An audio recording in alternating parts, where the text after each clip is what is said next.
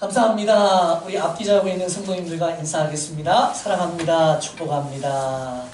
사랑합니다. 축복합니다. 네, 뒤에도 계셔요. 네, 보시고 인사하시고. 오늘은 특별히 이제 추수감사주일입니다. 오늘 추수감사주일이라고 계속 제가 이야기를 하고 있습니다.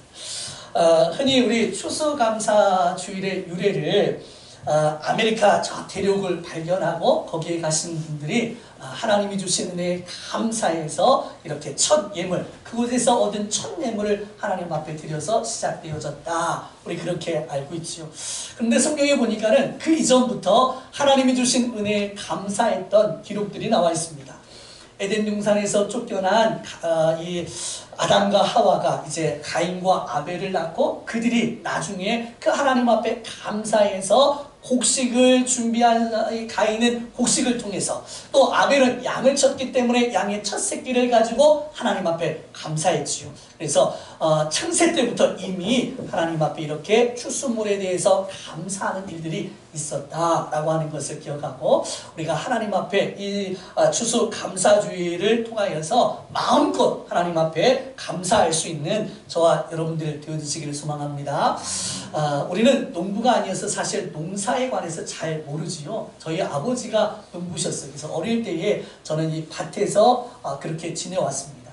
근데 그 밭에서 일하시는 걸 보면서 늘 신기해했어요.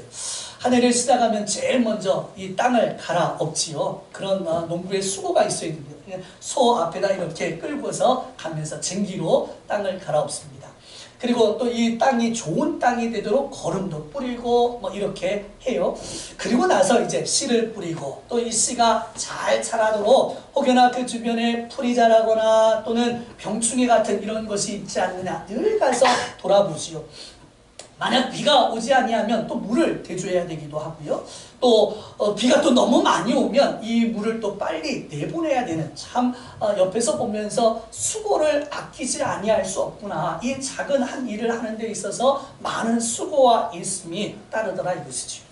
그런데 또 가만히 보면 그렇게 농부들이 수고하고 애써서 그런 곡식들이나 채소들이나 이런 것들이 만들어지는 게 아니더라고요. 그러니까 농부의 수고가 꼭 필요하지만 그것보다 더 큰 하나님의 은혜가 있어야 곡식이, 또 이 채소들이 자라나는 것을 보게 되어집니다.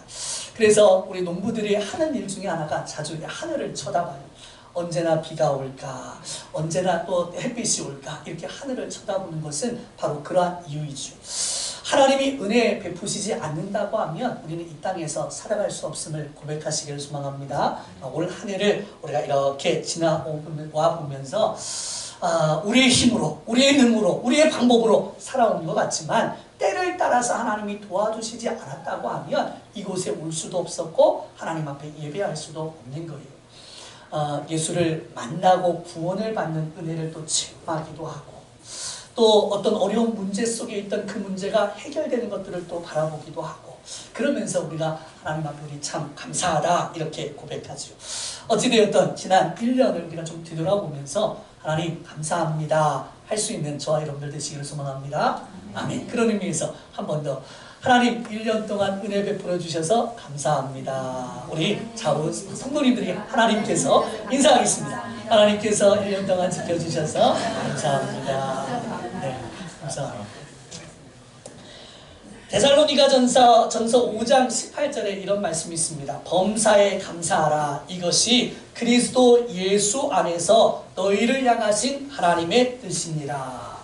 범사에 무슨 말입니까? 늘 항상 우리가 좋은 일만 있을 때 감사하는 것이 아니라 때때로 어렵고 힘든 일을 만나도 그 일들을 통해서 하나님을 알아가게 하시고, 또 그 하나님의 놀라운 역사가 그것을 통해서 우리 현장에 나타날 것을 기대하는 마음 가지고 감사해라. 우리 이렇게 말씀하죠.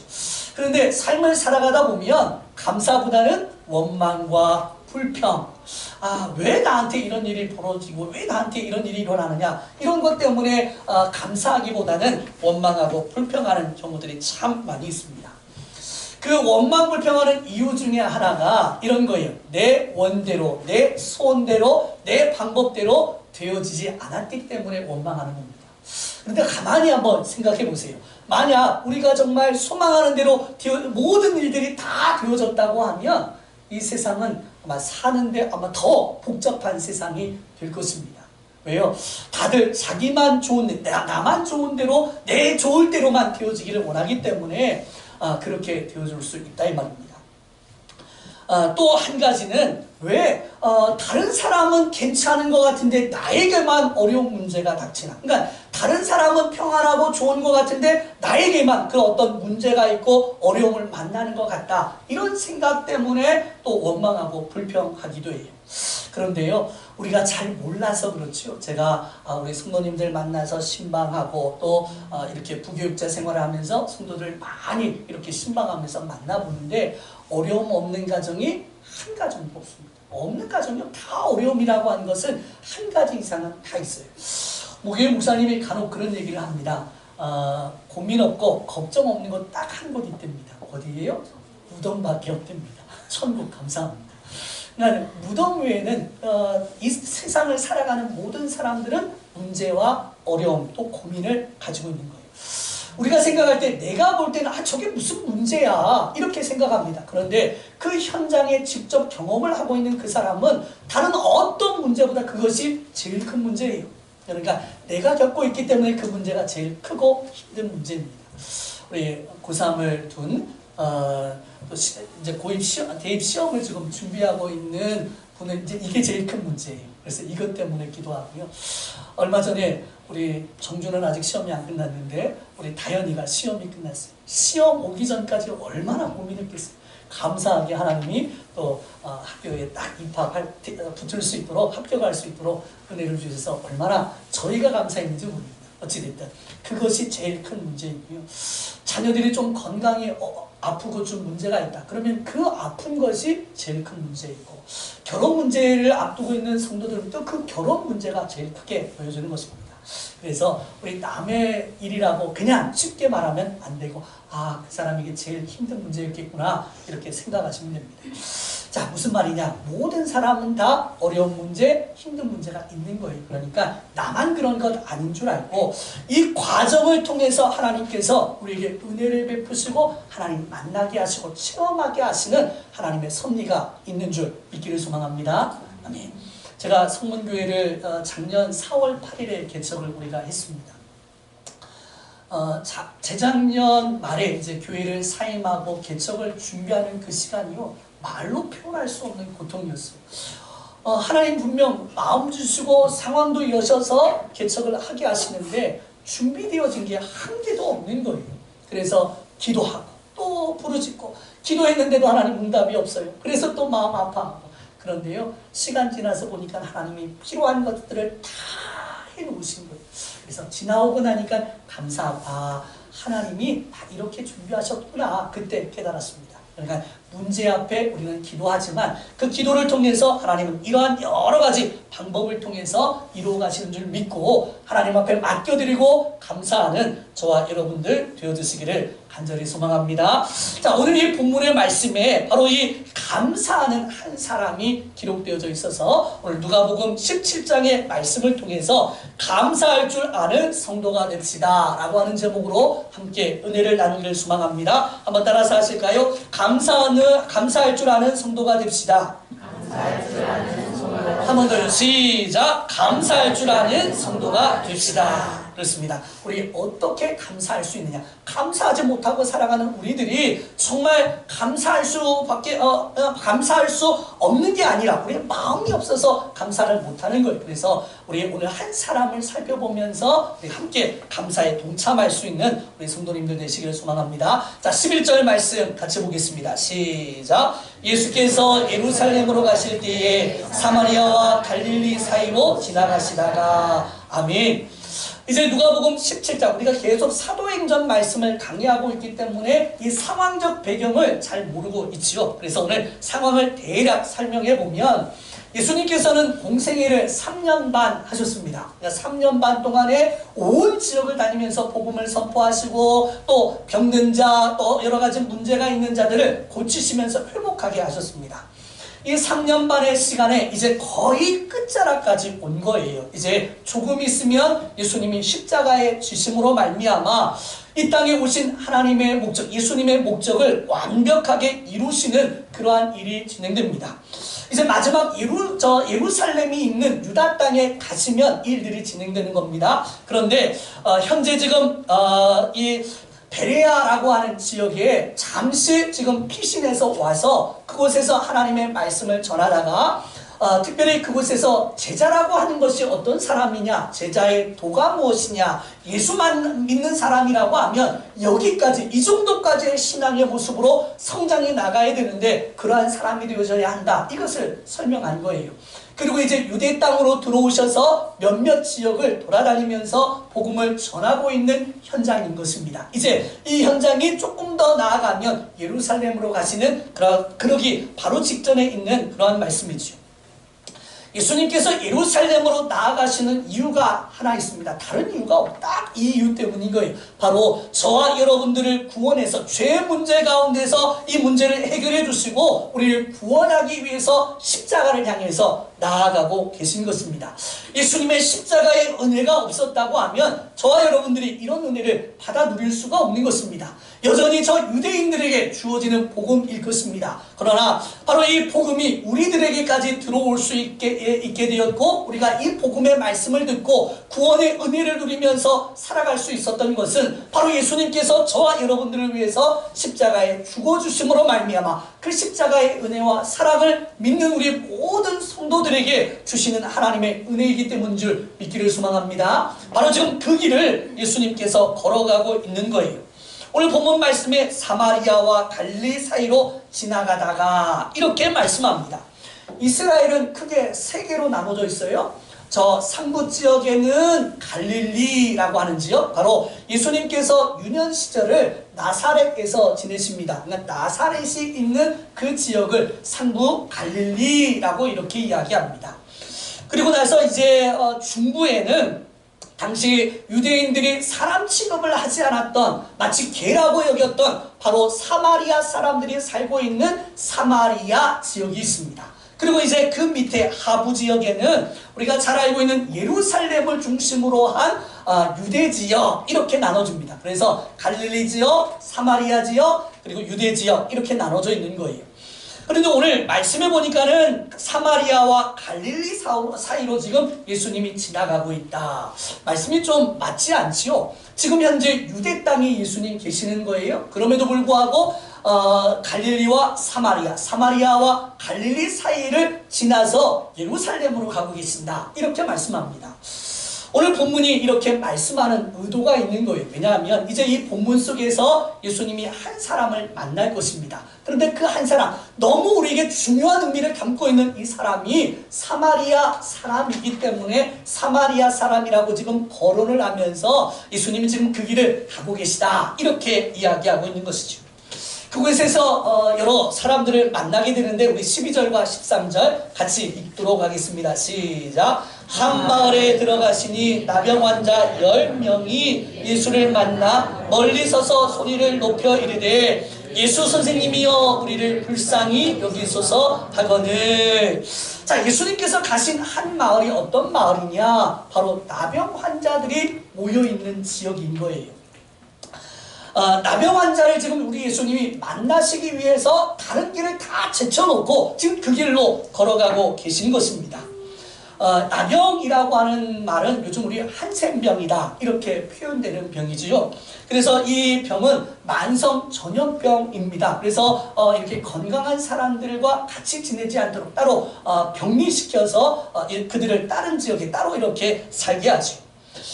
특별히 그들을 이 몸속에서 세균이 막 활동을 해서 눈썹이 빠지고 뺨이 뭉그러지고 또 코라든가 귀가 이 결절되어지는, 찢어지고 상해지는 그러한 질병이기도 하고요.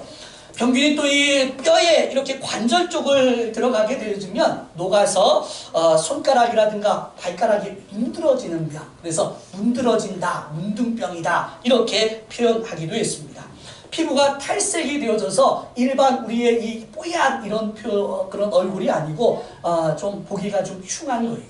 제가 어릴 때 시골에서 살 때 이 문둥병 환자가 우리 마을로 가끔 들어오는 경우가 있었습니다. 저희 마을 바로 옆에가 바닷가였어요.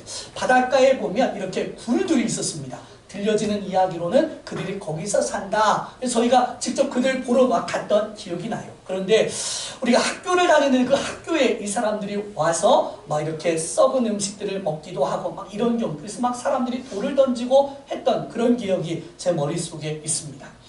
왜냐하면 그들은 전염병이기 때문에 함께 할 수 없는 거예요. 그래서 따로 격리시켜 놓은 한 마을인데 그 마을로 지금 예수님께서 그들을 만나시기 위해서 가셨다. 질병의 문제가 있는 걸 알았습니다. 이 질병이 전염병인 것도 알아요. 그럼에도 불구하고 우리 예수님께서는 그들을 만나셔야 하기 때문에 그들 가운데 구원받을 하나님의 백성이 있기 때문에 다른 길을 제쳐놓고 그 길로 가신 겁니다. 우리 예수님 이런 분이십니다. 우리 건강한 사람에게는 의원이 필요 없고 병든 자에게야 의원이 필요하다 이렇게 말씀했지요. 우리의 어떤 문제가 있고 어려움이 있기 때문에 그 문제가 있는 사람들을 우리 예수님께서는 친히 찾아가시고 그들에게 말씀을 전해주시기도 하시고 그들의 질병의 문제를 해결해 주시는 그러한 놀라운 역사들이 우리 예수님을 통해서 나타났기 때문에 바로 지금 이 나병 환자들을 만나기 위해서 예수님께서 그곳에 가셨다 이렇게 말씀하고 있는 거예요. 근데 오늘 말씀해 보니까 멀리 서서 소리를 높여 이르되 라고 말합니다. 왜 멀리 서서 그들이 소리를 높였냐? 건강한 사람, 일반인들과 가까이 할 수 없기 때문에 지금 멀리 서서 예수님이 오시는 것을 보고 그가 바로 예수님이다 라고 하는 것을 이미 그들이 깨달아 안 것이지요. 만약에 몰랐다고 하면 별로 관심 두지 않았을 것입니다. 그러나 그분이 누구인 줄 분명히 알았기 때문에 그 예수님 앞에 멀리 서서 이렇게 선포합니다. 예수 선생님이여 우리를 불쌍히 여기소서. 바로 예수님이 그들이 아마도 나병으로 말미암아 고생을 당하고 어려움을 당하고 있던 그 시기에 누군가를 통해서 예수님을 만나면 질병의 문제가 해결되고 인생의 문제가 해결되고 영적인 문제가 해결된다. 그 예수님 만나면 된다. 당신도 예수님 만나면 그 나병이 치유될 줄 믿는다. 아마 여러 가지 이런 이야기를 들었을 것입니다. 그런데 그 예수님이 바로 이 나병 환자들을 만나기 위해서 그 지역으로 들어오셨다. 가만히 있으면 그게 이상하지요. 그 예수님을 향해서 큰 소리로 외쳐서 예수님을 향해서 자신들을 바라볼 수밖에 없도록 그렇게 지금 이야기하고 요청하고 있는 것입니다. 예수 선생님이여. 여전히 그들에게는 이 예수님이 구원자요 우주 만물을 통치하는 하나님이신 것을 거기까지는 알지 못해요. 그러나 이분은 특별한 선생님이시다. 그들의 질병의 문제와 인생의 문제를 해결해 주실 수 있는 그런 분이시다 라고 생각하고 그 예수님에게 우리를 좀 불쌍히 여겨달라 이렇게 이야기합니다.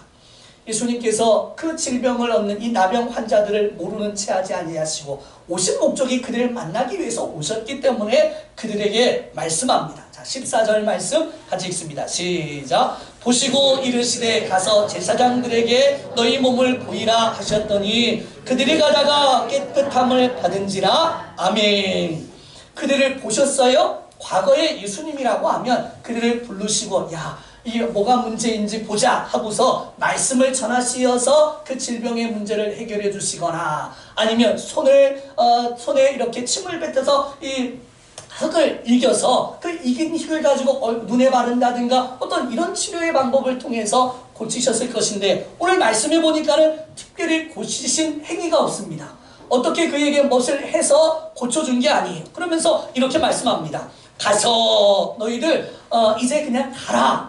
예수님 아무것도 안 하시면서 가라 이렇게 말씀해요. 그러면서 뭐라고 말하냐면 제사장들에게 너희의 몸을 보이라 하셨더니, 무슨 말이냐면 당시 문둥병, 이 나병 환자의 경우에는 자신의 몸이 깨끗해진 것을 제사장에게 보임으로 말미암아 제사장이 그의 피부를 다 살피고 이 사람 이제 깨끗하게 되었습니다 인쳐줄 때 이 사람은 이제 일반적인 사람이 되어서 부모의 곁으로 돌아올 수 있고 함께하는 친구들 곁으로 돌아올 수 있는 거예요. 그래서 지금 제사장에게 가서 내 몸을 보이라 이렇게 말씀합니다. 그런데 지금 상황은 이 나병 환자가 몸이 건강해진 상태가 아닌 거예요. 아직 여전히 나병이 그대로 몸에 있는 것입니다. 그럼에도 불구하고 오늘 말씀해 보니까 그들이 가다가 이렇게 말합니다. 얼마나 멋있는 믿음이에요. 그들이 예수님의 말씀을, 아직 자기 신의 몸이 이렇게 건강해진 상태가 아닌데도 불구하고 예수님이 명령하신 그 말씀을 아멘이라고 믿고 지금 제사장들에게 나가고 있는 거지요. 대단한 믿음입니다. 그런데 만약에 그렇게 가다가 일반적 다른 사람들, 건강한 사람들을 만났어요? 어떻게 됩니까? 돌에 맞아 죽을 수 있는 거예요. 그럼에도 불구하고 예수님 말씀하신 것을 100% 믿고 지금 예수님의 말씀대로 가고 있는 것이지요. 자, 그런 와중에 오늘 말씀해 보니까는 깨끗함을 받은지라 이렇게 말씀합니다. 가다가 몸이 깨끗해진 거예요. 몸이 깨끗하게 어린아이의 피부처럼 이렇게 변해버린 것입니다. 놀라운 사건이 벌어진 것이지요.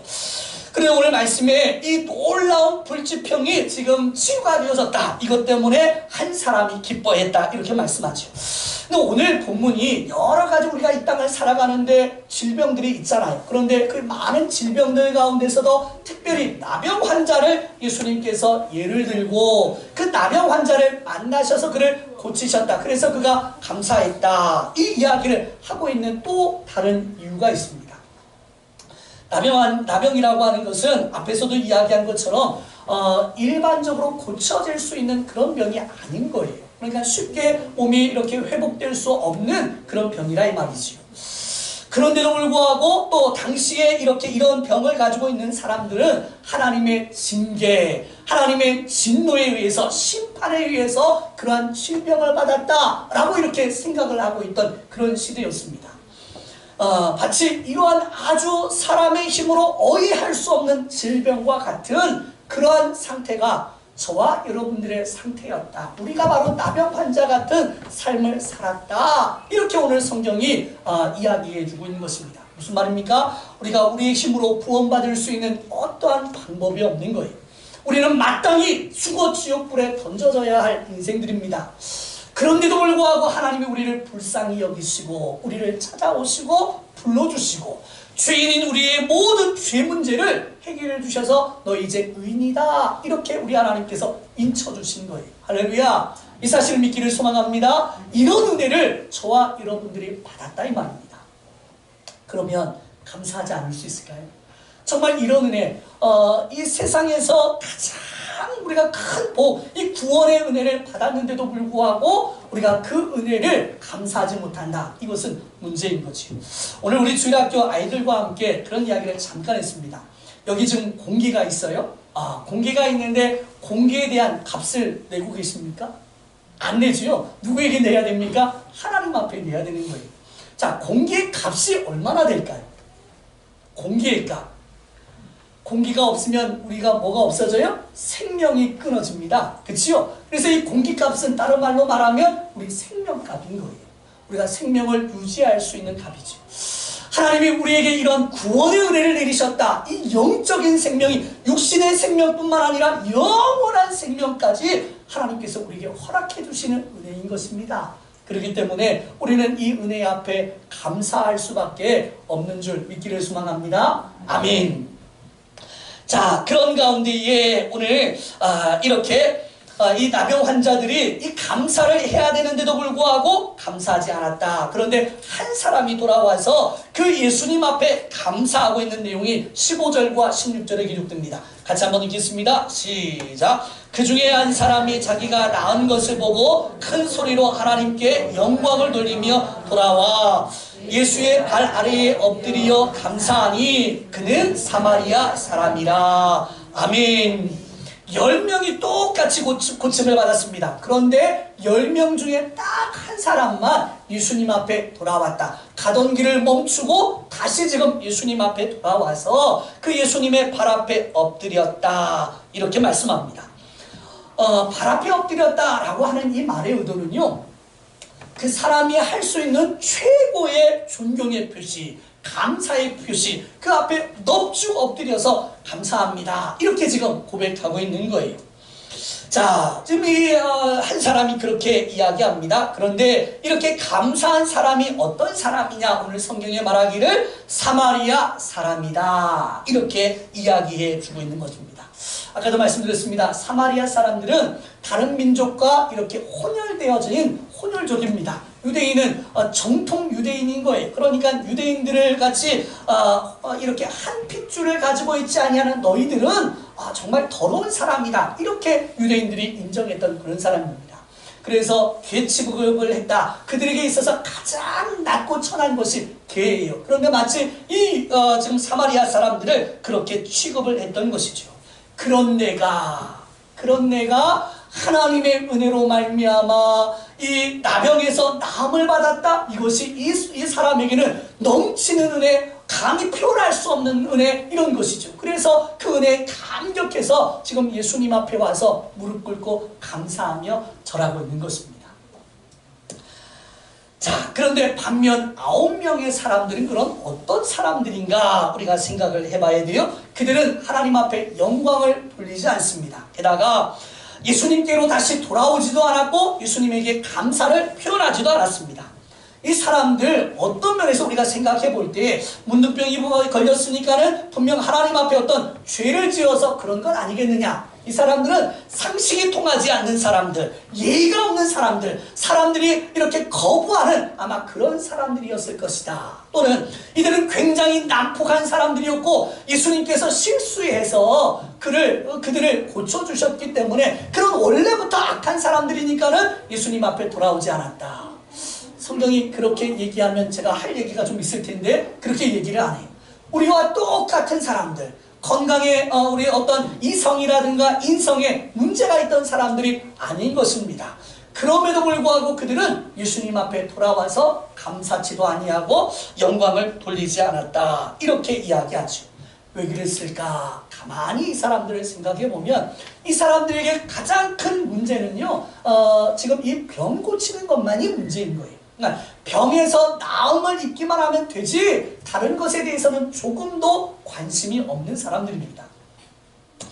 그렇기 때문에 지금 자신의 질병의 문제가 해결되어졌으니까는 이제 자기 길로 그냥 가버리는 거지요. 문제에 문제에만 초점을 맞추고 있는 사람들의 결과 모습이 바로 이러하다 이 말입니다. 내 문제 해결됐으니까 됐어, 이러는 거예요. 우리 인간적으로도 그렇잖아요. 어떤 사람이 어려움을 당할 때에 그래도 이렇게 뭔가 이렇게 도움을 주고 예를 썼을 때에 그 사람을 통해서 아유 감사합니다, 요 말 한마디 들으면 얼마나 또 기분이 좋습니까? 그런데 이 사람들은 자기에게 정말 이러다가 결국 죽을 수밖에 없는 사람들인데 그가 생명을 다시 얻었고 몸이 회복되어졌는데도 불구하고 감사하지 않았다. 이렇게 이야기해요. 그런데 앞절에서 이 한 사람이 사마리아 사람이라고 기록한 것은 그럼 다른 사람은 어떤 사람들이냐, 이것을 우리에게 알려주고 있는 것입니다. 바로 유대인들인 거예요. 유대인들, 사마리아 사람이 아닌 유대인들. 이들은 이 처음부터 하나님의 선택받았던 그런 민족인 것입니다. 선택받은 민족이요, 자기는 당연히 은혜 받아야 된다, 이러한 것들로 생각하고 있는, 바로 구원도 따놓은 당상이다, 구원은 자동적으로 우리에게 이루어진다, 이렇게 생각하고 있던 사람들이 당시에 유대인들인 거예요. 그러니까 유대인을 자신들만 이렇게 높였지 사마리아 사람들을 또 다른 사람들을 향해서는 인정하지 아니하는 그런 사람들이었다 이 말이죠. 은혜 받는 것을 그냥 당연시 여기는 사람들, 그리고 자신의 어떤 행위로 말미암아 구원받았다라고 생각하는 사람들. 사랑하는 성도 여러분, 어쩌면 그것이 저와 여러분들의 모습 아닌가요? 우리가 예수 만나고 구원을 받았습니다. 한 해, 두 해 지나갑니다. 이 은혜에 대한 감사를 잃어버리는 거예요. 당연한 것처럼 마땅히 내가 구원받을 그런 어떤 모습이었기 때문에 구원받았다 이렇게 생각하고 감사하지 않는 경우가 종종 우리에게 있지 않나 생각해 봅니다. 어떤 사람들은 예수님을 향해서 도깨비 방망이라고 생각합니다. 하나님 이거 해주세요. 하나님 저거 해주세요. 이렇게 그냥 요구만 합니다. 그러고 나서 하나님이 은혜 베풀어 주시는데도 감사하지 않습니다. 우리의 모습이 혹 지금 이 유대인들처럼 그렇게 가고 있지는 않으냐. 이 추수감사주일에 다시 한번 우리의 삶을 되돌아보기를 소망합니다. 사마리아 사람은요, 문제에만 관심을 갖고 있었던 사람들이 아닙니다. 그 문제를 누가 이루어 주셨느냐. 바로 예수님이 이 인생의 문제를 해결해 주신 분이라고 하는 사실을 그는 알았고, 그래서 지금 그분 앞에 나와서 감사하고 있는 것이죠. 시편 50편 22절에 이런 말씀이 있습니다. 하나님을 잊어버린 너희여 이제 이를 생각하라. 그러지 아니하면 내가 너희를 찢으리니 건질 자가 없으리라.